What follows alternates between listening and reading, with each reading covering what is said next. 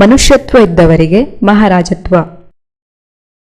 ತಿರುಕನ ಕನಸಿನ ಕಥೆಯ ಪದ್ಯದ ತಿರುಕುನೋರ್ವನೂರ ಮುಂದೆ ಮುರುಕು ಧರ್ಮಶಾಲೆಯಲ್ಲಿ ಹೊರಗಿರುತ್ತಲೊಂದು ಕನಸ ಕಂಡನೆಂತೆನೆ ಎಂಬ ಮೊದಲ ಸಾಲುಗಳನ್ನು ಬಾಯಿಪಾಠ ಮಾಡಿದ್ದು ನೆನಪಿದೆಯೇ?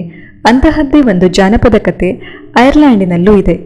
ಐರ್ಲ್ಯಾಂಡಿನ ಒಂದೂರಿನಲ್ಲಿ ಒಬ್ಬ ಯುವಕ ಕಡು ಬಡತನದಿಂದಾಗಿ ಭಿಕ್ಷುಕನಾಗಿದ್ದ. ಹರಕು ಬಟ್ಟೆ ತೊಟ್ಟಿದ್ದ. ಒಮ್ಮೆ ಅಲ್ಲಿಗೆ ರಾಜಭಟರು ತಮಟೆ ಬಾರಿಸುತ್ತಾ, ಗಮನಿಸಿ, ನಿಮಗೊಂದು ಅಪೂರ್ವ ಅವಕಾಶ. ನಮ್ಮ ಮಹಾರಾಜರಿಗೆ ಗಂಡು ಮಕ್ಕಳಿಲ್ಲದ ಕಾರಣ ತಮ್ಮ ಉತ್ತರಾಧಿಕಾರಿಯನ್ನಾಗಿ ನೇಮಿಸಲು ಯುವಕನೊಬ್ಬನನ್ನು ಹುಡುಕುತ್ತಿದ್ದಾರೆ. ಆ ಯುವಕನಿಗಿರಬೇಕಾದ ಏಕಮಾತ್ರ ಅರ್ಹತೆ ಎಂದರೆ ಆತನಿಗೆ ಮಾನವೀಯ ಅನುಕಂಪವಿರಬೇಕು. ಅಂತಹ ಯುವಜನರು ಮಹಾರಾಜರನ್ನು ಭೇಟಿಯಾಗಬಹುದು ಎಂದು ಘೋಷಿಸುತ್ತಿದ್ದರು. ಭಿಕ್ಷುಕ: ನಾನು ಭಿಕ್ಷುಕನಾದರೇನು? ನಾನು ಯುವಕ, ನನಗೂ ಮಾನವೀಯ ಅನುಕಂಪಗಳಿವೆ. ನಾನೇಕೆ ಮಹಾರಾಜರನ್ನು ಭೇಟಿಯಾಗಬಾರದು? ಆದರೆ ರಾಜರನ್ನು ಭೇಟಿಯಾಗಬೇಕಾದರೆ ಒಳ್ಳೆಯ ಬಟ್ಟೆಗಳನ್ನು ಧರಿಸಿರಬೇಕು. ನನ್ನದೆಲ್ಲ ಹರಕು ಬಟ್ಟೆಗಳು. ಆದರೆ ದೂರದ ರಾಜಧಾನಿಗೆ ಹಣಕಾಸು ನನ್ನಲ್ಲಿಲ್ಲ. ಆದರೆ ಅಪೂರ್ವ ಅವಕಾಶವನ್ನು ಬಿಡಬಾರದು. ಏನಾದರೂ ಮಾಡಲೇಬೇಕು ಎಂದು ಯೋಚಿಸತೊಡಗಿದ. ತಕ್ಷಣ ರಟ್ಟಿನ ಹಾಳೆಯ ಮೇಲೆ, ನಾನು ಮಹಾರಾಜರನ್ನು ಭೇಟಿಯಾಗಲು ರಾಜಧಾನಿಗೆ ಹೋಗುತ್ತಿದ್ದೇನೆ. ನನಗೆ ಒಳ್ಳೆಯ ಉಡುಪಿನ ಅವಶ್ಯಕತೆ ಇದೆ.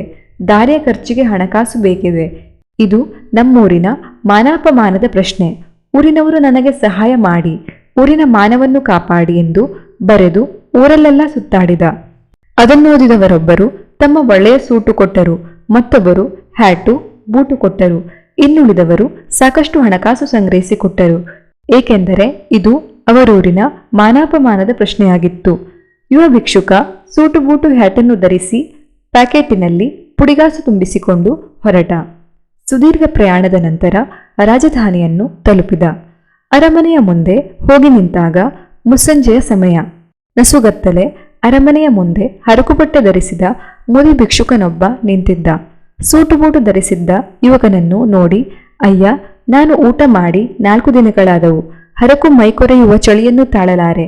ನನಗೆ ಸಹಾಯ ಮಾಡಿ ಎಂದು ಗೋಗರೆದ. ಅವನ ದಿನಾವಸ್ಥೆಯನ್ನು ನೋಡಿ ಮುರುಕಗೊಂಡ ಯುವಕ ತಕ್ಷಣ ತನ್ನ ಸೂಟು ಬೂಟುಗಳನ್ನು ಕಳಚಿ ಅವನಿಗೆ ಕೊಟ್ಟ. ಜೇಬಿನಲ್ಲಿದ್ದ ಚಿಲ್ಲರೆ ಕಾಸನ್ನೆಲ್ಲ ಅವನ ಕೈಗೆ ಸುರಿದ. ಮುದಿ ಭಿಕ್ಷುಕ ತನ್ನ ಹರಕು ಬಟ್ಟೆಗಳನ್ನು ಬಿಚ್ಚಿಟ್ಟ ಹೊಸ ಸೂಟು ಬೂಟುಗಳನ್ನು ಧರಿಸಿದ. ಈಗ ಬರಿಮೈಯಲ್ಲಿದ್ದ ಯುವಕ ಚಳಿ ತಾಳಲಾರದೆ ಮುದಿ ಭಿಕ್ಷುಕ ಬೇಸಾಡಿದ್ದ ಹರಕು ಬಟ್ಟೆಗಳನ್ನು ಧರಿಸಿ ನಿಧಾನವಾಗಿ ಹಿಂದಕ್ಕೆ ಹೋಗತೊಡಗಿದ. ಮುದಿ ಭಿಕ್ಷುಕ, ಹೇ, ಎಲ್ಲಿ ಎಂದು ಕೇಳಿದ. ಯುವಕ, ಇನ್ನೆಲ್ಲಿಗೆ ಹೋಗಲಿ, ನನ್ನ ಊರಿಗೆ ಹಿಂತಿರುಗುತ್ತಿದ್ದೇನೆ ಎಂದ. ಆಗ ಮುದಿ ಭಿಕ್ಷುಕ ಗಟ್ಟಿಯಾಗಿ ನಕ್ಕು ಚಪ್ಪಾಳೆ ತಟ್ಟಿದ. ತಕ್ಷಣ ಜುಗ್ಗೆಂದು ದೀಪಗಳು ಹೊತ್ತಿಕೊಂಡವು. ಅರಮನೆ ಜಗಜಗಿಸಿತು. ಎಲ್ಲಿದ್ದರೋ 100 ಜನ ಅಲ್ಲಿಗೆ ಬಂದು ಸೇರಿದರು.